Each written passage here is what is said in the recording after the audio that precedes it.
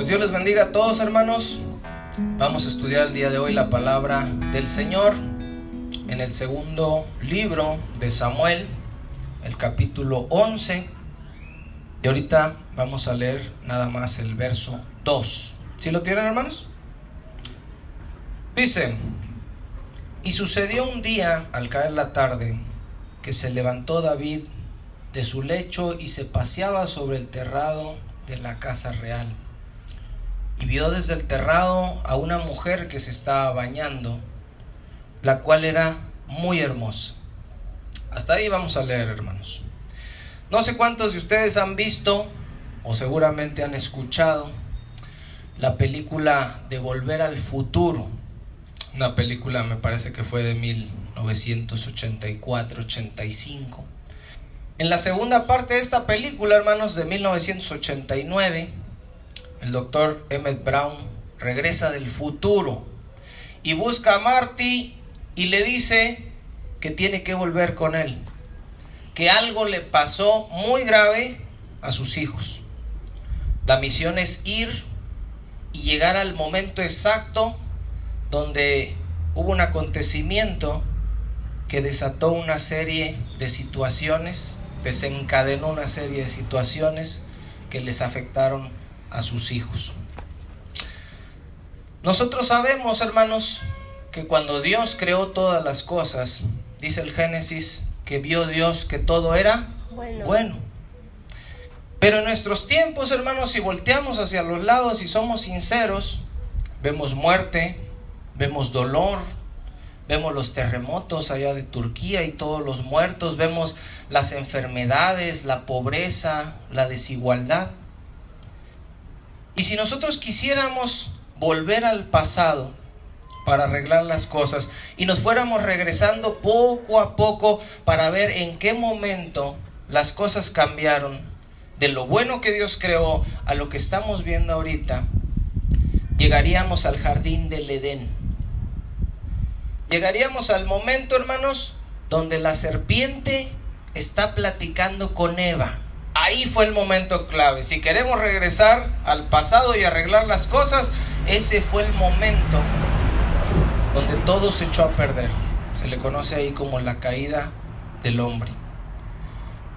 Eva es tentada a desobedecer a Dios, puso sus ojos en el fruto prohibido, lo deseó, lo codició, aparte de que la serpiente la había engañado.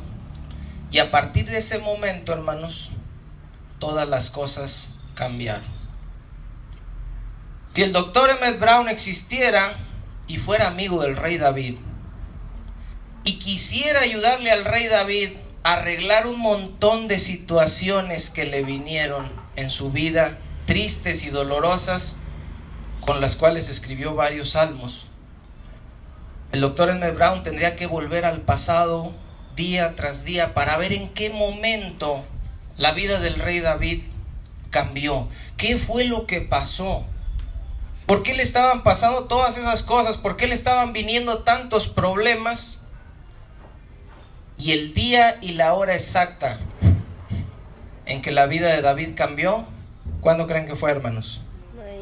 En este versículo 2 del segundo libro de Samuel. Ahí tendría que llegar.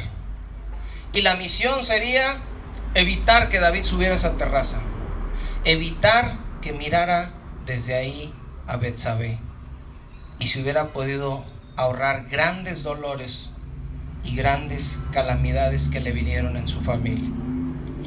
Lamentablemente, hermanos, para el rey David, al igual que para todos nosotros, no existen los viajes en el tiempo.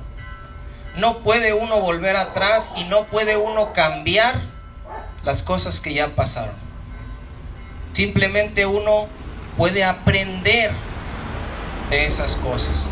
Y por eso está aquí la palabra de Dios, para que nosotros aprendamos y veamos qué es lo que puede pasar en un momento de nuestras vidas cuando nos descuidemos.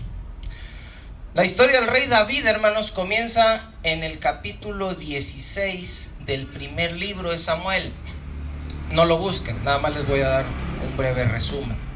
Ahí Samuel es enviado para ungir a uno de los hijos de Isaí, después de que Dios hubiese desechado al rey Saúl. Y llega ahí con los hijos de Isaí, y David tenía 7 hermanos, los cuales desfilaron delante del profeta Samuel, pero Samuel le fue diciendo: este no es, este no es, este no es. Y al final, cuando ya habían pasado los 7, le dice: ¿no tienes otros hijos? Dice: está el menor, David, cuidando las ovejas. Tráelo, dice. Y en cuanto lo ve, Dios le dice: ese es, el pequeño, el menor, el menospreciado.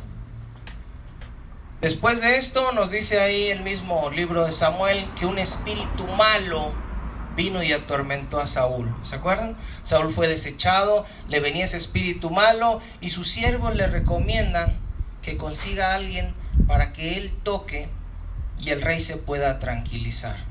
¿Y a quién creen que le consiguieron, hermanos? A David. David llegó, David tocaba, y el espíritu malo se apartaba de Saúl. En el capítulo 17 del primer libro vemos la historia más famosa que todos conocen acerca de David. ¿Cuál es, hermanos? La de Goliat. David y Goliat. Ahí vemos cómo venció el joven, el pequeño David, sin experiencia, sin armadura, al gigante Goliat de los filisteos, porque Dios, hermanos, estaba con él, y David creía que Dios estaba con él. En el capítulo 18, ellos vienen de regreso ya, de haber derrotado a los filisteos, de haber derrotado a Goliat, y dice que salen unas mujeres danzando y cantando: Saúl hirió a sus 1000 y David a sus 10,000, lo cual molestó mucho a Saúl. Y dice que desde entonces ya no vio bien a David, y dijo: solo falta que le den el reino. Se enceló de él, se molestó, y a partir de ahí lo empezó a perseguir. Todo el tiempo trató de matarlo, pero todo el tiempo Dios lo libró. Y así, hermanos, llegamos al segundo libro de Samuel, donde David, por fin es nombrado rey de todo Israel. Ahí en el capítulo 5 del segundo libro. En el capítulo 6 vemos un rey David que está danzando delante del arca. ¿Se acuerdan? Está remolineando, está contento, está en ropas menores ahí porque se quitó la túnica, y está contento como un niño danzando porque llevan el arca de Dios otra vez de regreso. Y nos narran también esos capítulos las victorias que Dios le dio, y cómo el rey David fue conquistando toda la tierra que Dios le había prometido a Abraham que iba a ser de ellos. Y llegamos a este capítulo 11, hermanos, donde David tiene aproximadamente 40 a 43 años. Por lo menos ya han pasado 25 años desde que Samuel ungió a ese jovencito que estaba cuidando las ovejas. Y hago este resumen, hermanos, rápido de la vida de David por 2 razones. Número 1, para que veamos el contraste entre ese David que fue perseguido por Saúl, ese David humilde que danzaba en el arca, ese David que venció a Goliat porque confiaba en Dios, y el David que vamos a ver el día de hoy. Y en segundo lugar, hermanos, hago este resumen para que nosotros temamos. Porque no importa cuántos años hayan pasado, no importa lo que has dejado atrás, qué tan fiel has sido, qué tanto te has gozado en el Señor, si te descuidas, puede venir un día y un momento donde hagas algo que no debiste hacer y cambie tu vida para siempre. Eso fue lo que le pasó al rey David. Dice ahí el versículo 1 que en la primavera, hermanos, más o menos por estas fechas, cuando los reyes salen a la guerra después de que ya pasó el invierno, salió Joab, salió el ejército de Israel, estaban peleando, pero el rey David no había ido. Las guerras de aquel tiempo no eran como las guerras de ahorita. Ahorita las guerras, el presidente de Estados Unidos se quiere pelear con el presidente de Corea del Norte y mandan unos un ejército, otros otro, o misiles, pero ellos no se ven, ellos están dando las órdenes nada más. En aquellos tiempos, hermanos, los reyes salían a la batalla. Entre todo el ejército, ahí iba el carruaje del rey y ellos estaban peleando. Era una obligación que ellos tenían, estar con el pueblo para dirigirlos, para guiarlos. Pero David a estas alturas de su vida ya no quería ir y no fue. Y dice la palabra de Dios que él se quedó y sucedió un día, dice que al caer la tarde, que se levantó David de su lecho y se paseaba sobre el terrado de la casa real. Al caer la tarde se levantó. ¿Cómo está eso? No se levantó en la mañana. Se levantó en la tarde, se durmió una siesta, hermano. No fue a la guerra donde tenía que estar y no estaba haciendo nada importante, porque en plena tarde apenas iba levantando. Se levanta y sube al techo, al terrado de la casa real y empieza a caminar ahí. Empieza a dar vueltas ahí. Y dice la palabra de Dios que andando ahí fue que él vio a una mujer desde el terrado que se estaba bañando, la cual era muy hermosa. Ahora, fíjense bien. Muchos han culpado a Betsabé, porque muchos imaginan que David subió al techo, como usted puede subir a la azotea de su casa, y que en la azotea de la casa de al lado se estaba bañando ahí una mujer. Pero no era así. Las casas de aquellos tiempos estaban construidas de tal modo de que Betsabé estaba en su casa, estaba en su baño, pero desde arriba del palacio de David se alcanzaba a ver. Ahora, no es mi interés defender a Betsabé, pero tampoco podemos excusar a David diciendo es que Betsabé tiene la culpa. ¿Cómo se le ocurrió a Betsabé? Porque aunque ella hubiera estado, como la imaginamos, en una azotea a la vista de David, aún así, si él pecó con ella, la culpa hubiera seguido siendo de David. Cuando David sube, David voltea y la ve, y él la pudo ver nada más y voltearse. Él pudo verla y decir, ay Señor, ¿verdad? No quería yo ver eso, pero él decidió verla. Decidió permanecer sus ojos ahí. Y yo me imagino, hermanos, que la mirada que tenía David hacia Betsabé era la misma mirada con la que Eva estaba viendo el fruto prohibido. Sabía que no lo debía hacer. Sabía que estaba mal. Sabía que Dios lo había prohibido. Sin embargo, no le importó. Y nosotros debemos tener cuidado, hermanos, dónde ponemos nuestros ojos, dónde ponemos nuestros oídos, porque hay cosas que no debemos ver y que no debemos escuchar, y sabemos que no está bien, y sabemos que a Dios no le agrada, pero a veces en nuestra carne decidimos que nuestros ojos o nuestros oídos permanezcan ahí. Ahora fíjense bien, hermanos, ahí en el versículo 1 se nos dice que el pueblo de Israel estaba en una guerra contra los amonitas. Pero aquí en el verso 2 también se está desatando otra guerra. Y es una guerra de David contra su concupiscencia, contra su maldad, contra aquello que a veces creemos o se nos olvida que está ahí, pero que a la menor tentación salta y nos empieza a jalar.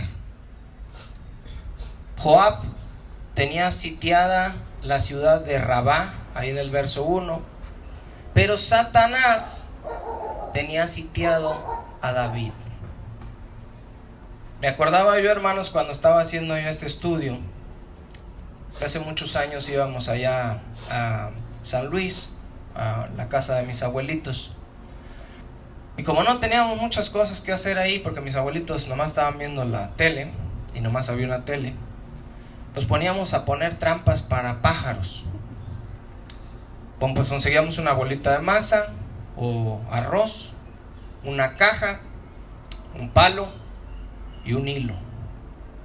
Lo acomodábamos y nos poníamos por un ladito a observar.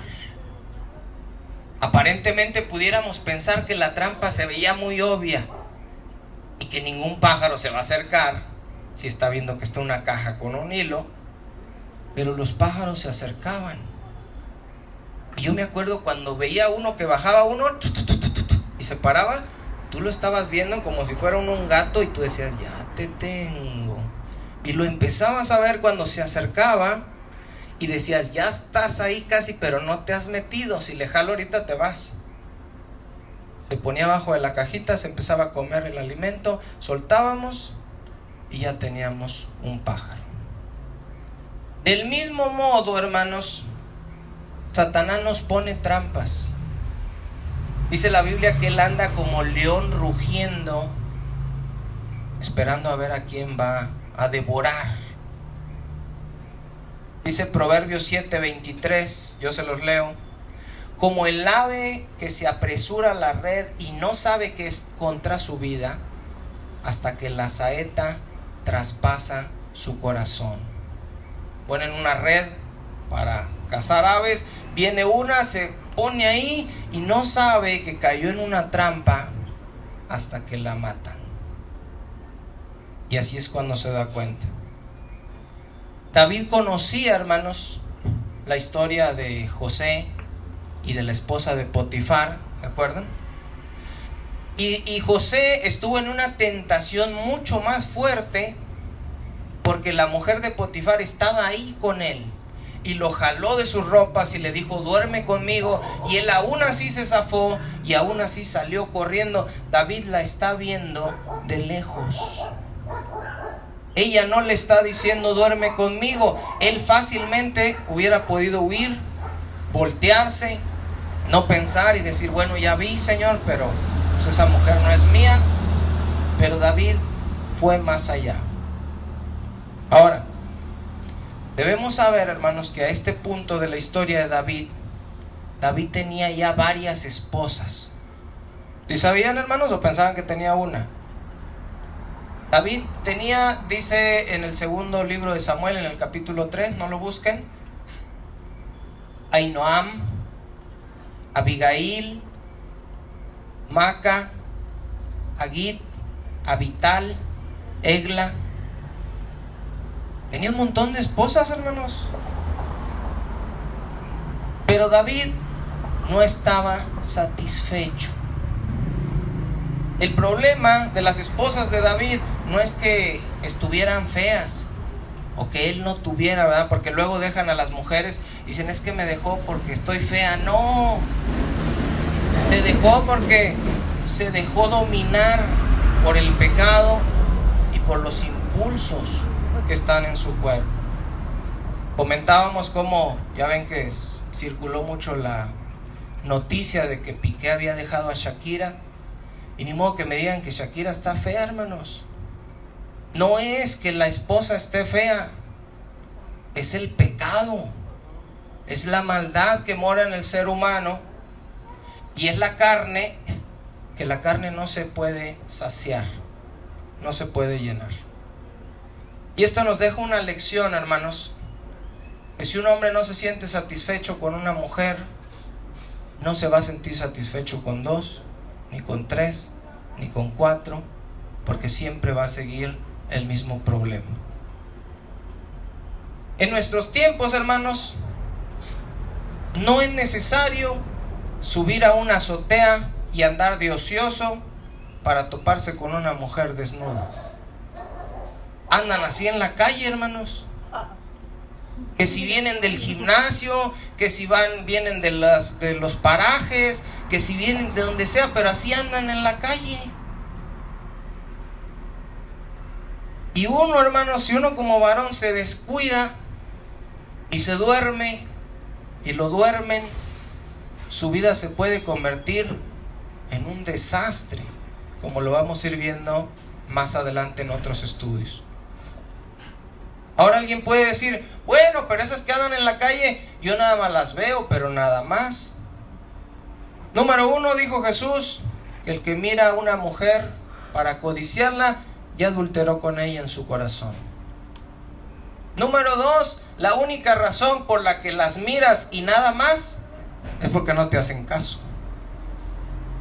Pero si te hicieran caso, no nada más las miraras. El rey David tenía la ventaja en ese caso, o desventaja, como queramos verlo, de que él era rey y era puesto y tenía mucho dinero. Y por eso pasó lo que pasó. Llegó un momento, hermanos, cuando Eva estaba viendo la fruta prohibida, que ella ya la había comido antes de tocarla. Y así pasa con el pecado. Hay cosas que todavía no hacemos físicamente. Puede que no hayamos matado, puede que no hayamos adulterado, pero ya lo hicimos en nuestra mente y con nuestro corazón. Por eso es muy importante, hermanos, el temor a Dios y cuidar lo que vemos, cuidar lo que oímos, cuidar dónde estamos. Y al mismo tiempo, hermanos, que la mujer pueda vestir con pudor y con modestia. A veces me tocó, hermanos, que hay algunas hermanas, podemos decir hermanas, ¿verdad?, que pasan al altar enfrente o que están ahí en sus lugares arrodilladas con algún pantalón, alguna ropa ajustada, y el hermano que está atrás, hermanos, pues ve cosas ahí que no se debieran ver. Entonces también la mujer ahí tiene la responsabilidad. Obviamente las mujeres cristianas, porque los hombres y las mujeres que no son temerosos, pues no van a andar cuidando qué ven, ni las mujeres van a andar cuidando cómo se visten. David, hermanos, manda a preguntar y dice: ¿quién es esa mujer? ¿Cuál? Ahí la vecina, la que está ahí. Repito, él pudo solo verla y olvidarse de ella, pero el pecado lo empezó a arrastrar, hermano. No jueguen con el pecado, porque los va a arrastrar. Si empezamos y decimos: no, pero ¿quién es? No, pues ¿qué tal? ¿Para qué le sigues? ¿Para qué le buscas? Le dicen sus siervos: aquella es Betsabé, hija de Eliam, es la mujer de Urías Eteo. En primer lugar le estaban diciendo, ¿qué cosa, hermanos? Está casada. Y esto debió de tener a David ya. Ok, ya la vi, me interesa. Ya pregunté, ¿quién es?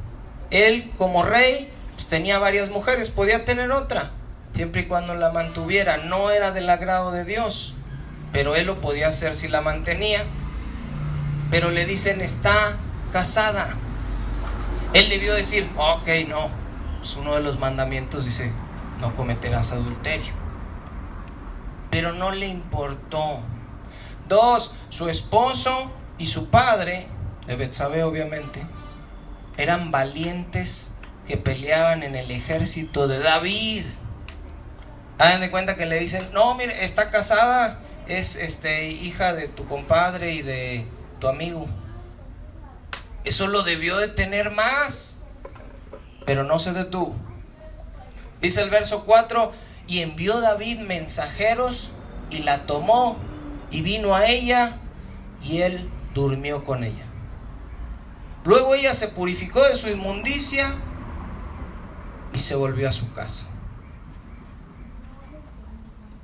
Es decir, David le pudieron decir: oye, David, tienes un montón de mujeres ya, no me importa. Es casada, no me importa. Es hija de hombres y esposa de hombres valientes que pelean para ti, no me importa. Dios lo prohíbe en su palabra, dice uno de los mandamientos: no cometerás adulterio, no me importa.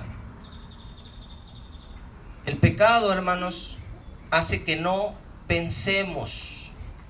Actuamos como animales irracionales. Ahora, David pudo decir hasta aquí: bueno, satisfací mi carne, fue el crimen perfecto, nadie se dio cuenta, Pero resulta que dice el verso 5 que Betsabé quedó embarazada y lo mandó a hacer saber a David. Llegan y le dicen, dice Betsabé, está embarazada. Y fíjense, hermanos, así como una pequeña mentira aparentemente inocente nos puede ir llevando a otra y a otra más grande para tratar de encubrir la primera, así también el pecado nos va llevando a otro y a otro más y más grave. El rey David hizo un plan. Le manda a decir a Joab, el capitán de su ejército, que le mande a Urías. ¿Quién era Urías? Es el esposo de Betsabé. Y ya llega su soldado y le dice: David, pásale. ¿Cómo está, Joab? Bien, señor. ¿Y cómo va la guerra? Vamos bien, señor. Bueno, dice el verso 8 que le dijo David a Urías: desciende a tu casa y lava tus pies. Y saliendo Urías de la casa del rey, le fue enviado presente de la mesa real. ¿Qué quería hacer David, hermanos? Quería que Urías pasara la noche con su mujer y quería que Urías pensara que el hijo que estaba esperando Betsabé era suyo. Por eso lo mandó traer y le dice: lava tus pies, que puede ser un eufemismo, una forma decorosa de decirle: pasa la noche con tu esposa. Y le mandó comida y le mandó vinos, le mandó su canastita real. Órale, para que comas con tu esposa, unas botanas, unos vinos, pásensela bien. David ahí seguramente se quedó pensando: listo, se acabó el problema.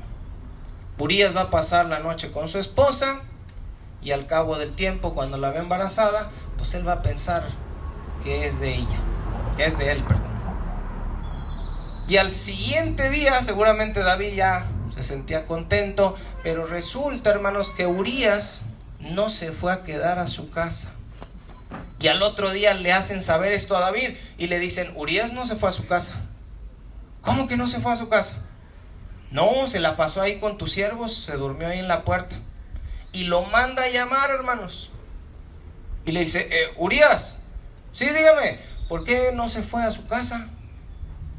Y fíjense, lean conmigo, hermanos, ahí el verso 11. Y Urías respondió a David: el arca, Israel y Judá están bajo tiendas, y mi señor Joab y los siervos de mi señor en el campo. Y había yo de entrar en mi casa para comer y beber y para dormir con mi mujer.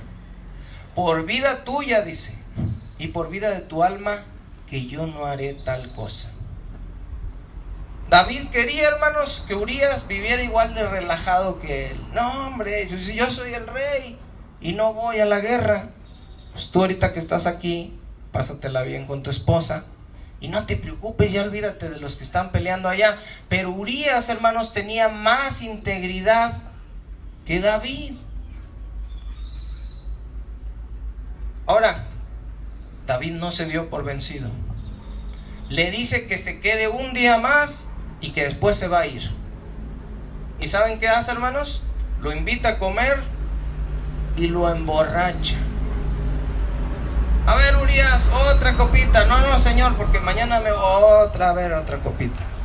Come, Urías, a gusto, hombre, ahorita, a ver, ¿te sirvo más? No, señor, ya no te voy a servir más. ¿Cuál era la intención de David, hermanos? Emborracharlo para que borracho él se relajara y se olvidara de la guerra y de Joab y se fuera con su esposa. Notemos, hermanos, cómo en estos momentos que David se está dejando llevar por el pecado, piensa más como Satanás que como Dios. Primero dice: lo voy a engañar para que venga y crea que es suyo. Después no se fue y dice: lo voy a emborrachar, y ya borracho vas a ver que sí va. Y Urías, hermanos, salió de ahí probablemente con unas copitas de más, pero aún así no se fue a quedar a su casa. Urías tenía más integridad estando borracho que David estando sobrio.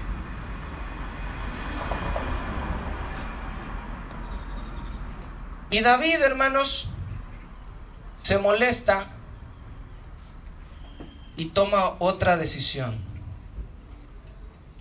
Escribe una carta y le dice a Joab que ponga a Urías en lo más duro de la batalla adelante.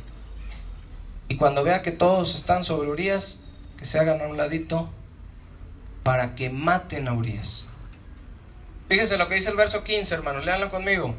Y escribió en la carta diciendo: pongan a Urías enfrente, en lo más recio de la batalla, y retírense de él para que sea herido y muera.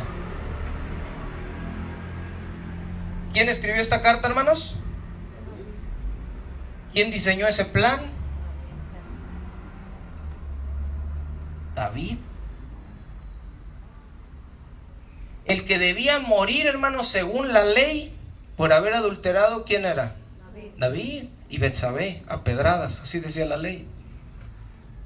Pero ahora el que iba a morir era Urías.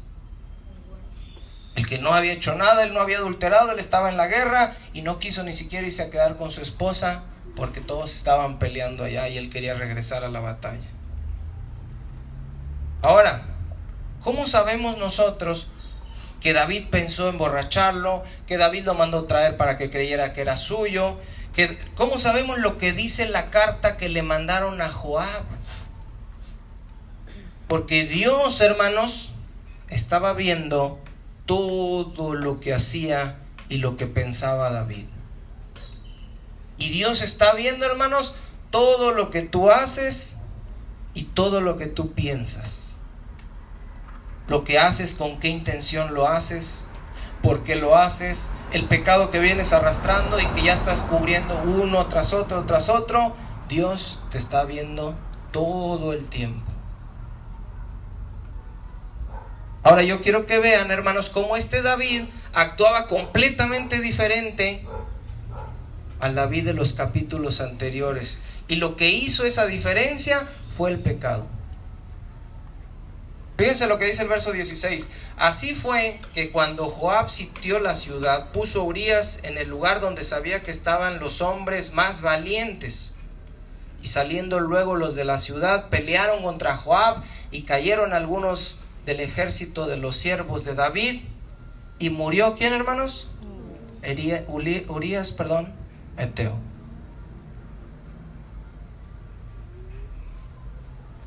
¿No les molesta esto, hermanos? ¿No sienten así como gacho? Como que ¿por qué? ¿Por qué Urías? ¿Por qué lo mandó matar? Y fíjense, hermanos, nos damos cuenta con este capítulo 11 del segundo libro de Samuel que Dios no está interesado en lo más mínimo en mostrar vidas de hombres perfectos. ¿Verdad que no? Porque si estuviera interesado, no hubiera puesto esto de David. Él hubiera cubierto eso y decir, no le vamos a decir a los demás que el rey David pecó y adulteró y planeó. No. A Dios no le molesta en lo más mínimo mostrar a los hombres, a todos, como lo que somos: pecadores, rebeldes, necios. Porque si en la Biblia hay un solo hombre que Dios quiere mostrar perfecto, ¿quién es, hermanos? Jesús, nada más. David no era perfecto, y aquí nos queda claro. Fíjense lo que hizo el pecado en la vida de David. Pasó de ser el David que mató a Goliat al David que mató a Urías. Pasó de ser el siervo fiel que no quiso levantar su mano contra el ungido del Señor. ¿Se acuerdan que él nunca quiso tocar a Saúl? Y ahora era el rey infiel que estaba levantando su mano contra un siervo fiel.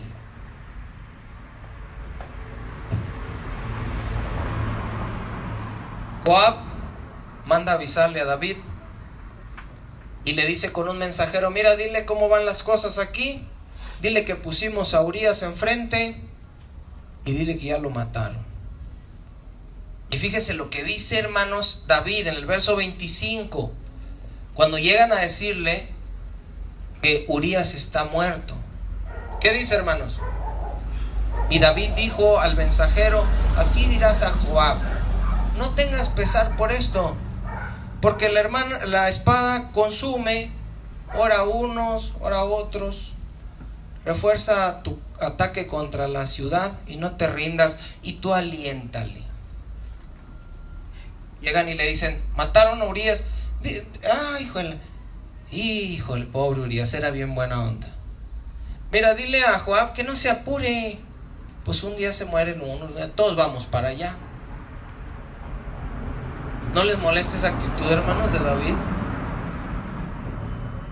Decía mi cuñado Samuel, le decía a Edgarín cuando estaba chiquito: ¿no te cae gordo?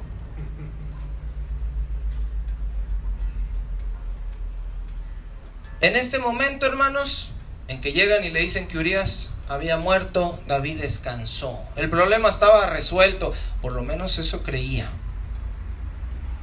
Fíjense lo que dice el verso 26. Oyendo la mujer de Urías que su marido era muerto, hizo duelo por su marido, así como lo quería. Y después, dice David, la trajo a su casa, y fue ella su mujer, y le dio a luz un hijo. Pero fíjense bien, hermanos, en las últimas palabras de este capítulo. Esto es muy importante. Dice: mas esto que David había hecho, ¿qué cosa, hermanos? Fue desagradable ante los ojos de Jehová. Esto que hizo David no le agradó a Dios. Con esto nos damos cuenta, hermanos, que una cosa es que la Biblia diga que algún personaje hizo algo, y por otro lado es diferente que Dios esté de acuerdo con eso y que Dios le agrade eso. Por ejemplo, la Biblia dice que Salomón tuvo 1000 mujeres entre esposas y concubinas. Y la gente dice: pues entonces se puede tener, porque Salomón, no, Salomón las tuvo. Pero eso no le agradaba a Dios. Aquí David tomó una mujer que no era suya, quiso engañar al esposo, creyéndole que era, haciéndole creer que era el papá, y después lo mandó matar. Y muchos pueden decir: ¿eso por qué está en la Biblia? Porque fue algo que pasó, y Dios no lo va a estar encubriendo. Pero eso no significa que a Dios le haya agradado eso. Ahora, yo les dije, hermanos, que a partir de este momento que vimos en el verso 2, la vida de David iba a cambiar para nunca más volver a ser la misma. Nunca más, hermanos, después de este episodio, la vida de David volvió a ser igual. Escribió salmos, él sufriendo, llorando, y le vinieron una serie de calamidades, y todo fue como consecuencia de ese momento donde vio lo que no debía ver y donde hizo lo que no debía hacer. Y se los comento porque hay muchas personas que ven que David adulteró y dicen: bueno, pero si uno adultera, como quiera Dios no te hace nada, ¿no? Dios te va a perdonar. Yo les pregunto, hermanos, si yo adulterara, ¿Dios me perdonaría? A ver, examen sorpresa. Sí, Dios me perdonaría. Entonces, ¿por qué no hacerlo? porque tiene consecuencias. Porque va a haber consecuencias, y eso es lo que la gente no ve. La gente ve que David adulteró y dicen: pues al final dice que Dios no le agradó, pero no creo que fuera para tanto, porque pues no le pasó nada a David. No, hermanos, sí le pasó. Le pasaron muchas cosas. Sufrió mucho David, y todo por haber cometido el error ese día de ver lo que no debía ver. ¿Qué es lo que le pasó a David? Eso no lo vamos a poder ver ahorita, hermanos, porque nos tardaríamos mucho. Lo vamos a ver primeramente Dios en el próximo estudio.